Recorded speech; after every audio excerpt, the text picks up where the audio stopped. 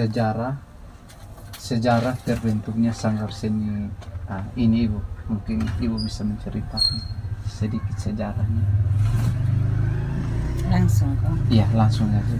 Jadi baik, secara terbentuknya Sanggar Seni Budaya Petra Cilik ini awalnya kita ini kelompok tenun ikat.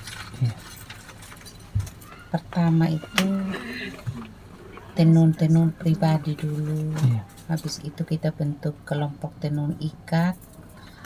Terus dengan perkembangan dan kebutuhan kain tenun di NTT semakin banyak, saya juga berpikir untuk ini kita hasil dari tenunan itu kita tampung di etalase kecil dulu di teras sana. Iya. Jadi setelah itu tuntutan itu semakin besar. Dengan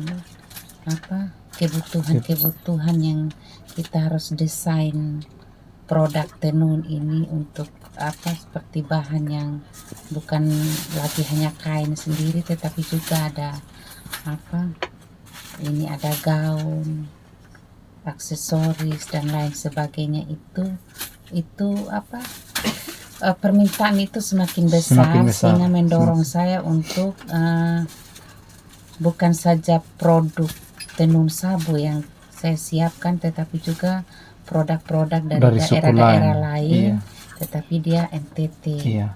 Tetapi sekarang juga sudah ada dari luar NTT seperti Jawa dan lain sebagainya. Sudah artinya dalam sanggar ini sudah diadakan juga yuk. Dalam sanggar ini sudah diadakan. Lalu sanggar ini bukan hanya untuk produk-produk tenun, tetapi kita juga ada sanggar tari. Tari ini juga dia mulai terbentuk sanggar tari ini 2011. Oh, 2011. Iya, 2011. Jadi kita itu lebih kepada tarian tradisional. Tarian tradisional sabu. Terus anak-anak kita latih mereka mulai dari kecil-kecil. Dari yang masih anak-anak kecil, sehingga kenapa kita kasih nama kelompok ini Sanggar Seni Budaya Petra Cilik, karena kebetulan waktu saya membentuk juga itu ada banyak anak-anak kecil yang kita rekrut, yang kita himpun untuk ini, mereka mulai berlatih tari-tarian begitu. Lalu dengan berjalannya waktu, anak-anak ini bukan hanya belajar tentang tarian sabu, tetapi juga mereka punya keinginan besar untuk belajar tarian dari daerah-daerah lain. Hanya yang membedakan bahwa kita di sini nih, kalau tarian sabu itu berarti kita pakai gong tradisional. Kalau daerah lain berarti kita harus pakai musik-musik yang sudah ada di rekaman. Artinya dia lebih dominannya sabu punya. Lebih dominannya sabu. Jadi bersyukurlah sampai dengan saat ini sanggar ini masih terus eksis. Dengan tidak terlepas dari dukungan semua anggota dan orang-orang yang saya rekrut untuk ini bisa mereka bergabung di sini begitu. Dan sekitar 4-5 tahun terakhir saya melihat perkembangan yang cukup kebutuhan kain tenun ini cukup menjanjikan. Jadi saya berpikir lagi bukan hanya penjualan, tetapi juga saya menyediakan untuk penyewaan pakaian adat NTT. Begitu. Pelestariannya memang sangat masih aktif, Ibu. Baik, mungkin langsung mengenai manajemen, Ibu. Manajemen pengelolaan dalam sanggar ini, Ibu. Pengurusan. Kalau manajemennya itu jelas bahwa kita kan punya banyak, misalnya ini yang tenun ikat ada dia pun penanggung jawab. Terus yang tarinya itu ada dia pun penanggung jawab. Terus bagian yang istilahnya showroom atau galeri ini ada dia pun penanggung jawab. Jadi masing-masing dia punya tanggung jawab masing-masing. Dia punya tanggung jawab masing-masing demi suksesnya. Dan tidak lain dan tidak bukan, harus ada kerjasama yang baik. Terus yang berikut lagi Ibu, sarana dan prasarana yang terdapat dalam sanggar seni ini. Maksudnya dia punya sarana prasarana, mungkin peralatan ya. Ya, kalau peralatannya ya puji Tuhan kita secara perlahan-lahan kita mengadakan sendiri. Oh iya. Begitu.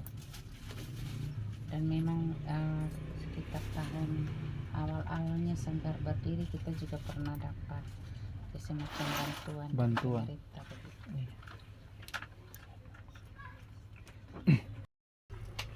Jenis seni tari dan teater pada sanggar ini mungkin ada Ibu? Ya, jenisnya itu apa tuh, tarian tradisional. Oh iya. Tarian tradisional dari Sabah. Oh iya. Kira-kira ada tarian tradisional tuh khusus hanya Sabu atau ada dari daerah lain? Oh iya, seperti yang tadi saya bilang, kalau Sabu itu memang dia tradisional itu 100%. Tapi kalau daerah-daerah lain yang anak-anak pelajari, ya mau dibilang dia tidak 100% lagi, karena itu kan musik-musik rekaman, terus gerakan-gerakannya itu yang dia hanya secara garis besarnya saja, tidak terlalu mendalami. Dia lebih dominannya sanggar ini Sabu. Mungkin. Terus kira-kira ada teater atau mungkin pertunjukan drama begitu, Mak? Oke. Selain tari mungkin ada atau belum. Oh, belum di sini. Mungkin ada adik-adik dong yang mungkin punya keahlian. Kita juga tetap membuka diri, mungkin mau bisa ajar anak-anak di sini, silakan. Baik, terima kasih Ibu atas kesempatannya.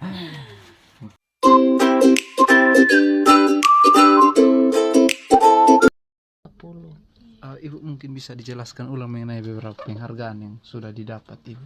Oh ya, kalau untuk ini tariannya itu ya kita ikut lomba-lomba saja yang yang di sana itu. Yang di sana misalnya penampil terfavorit Festival Budaya Daerah Kota Kupang. Terus macam-macam lah di situ. Kalau yang ini berhubungan dengan secara keseluruhan perusahaan ini.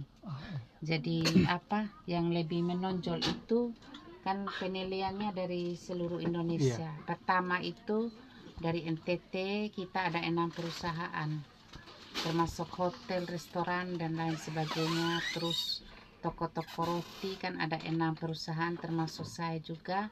Kita dinilai dan puji Tuhan beta yang unggul dari NTT. Jadi mewakili NTT ke tingkat nasional begitu. Hal yang mungkin kami wawancara dengan Ibu, dan selanjutnya mungkin kami melakukan foto bersama dengan Ibu supaya kami asik.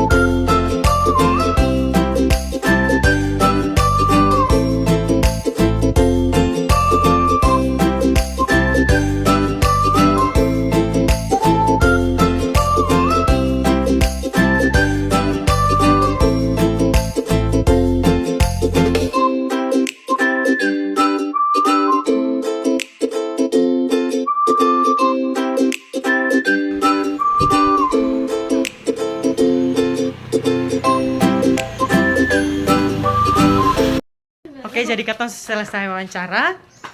Terima kasih buat Sanggar Petra Cilik. Sampai jumpa lagi. Terbaik. Dadah.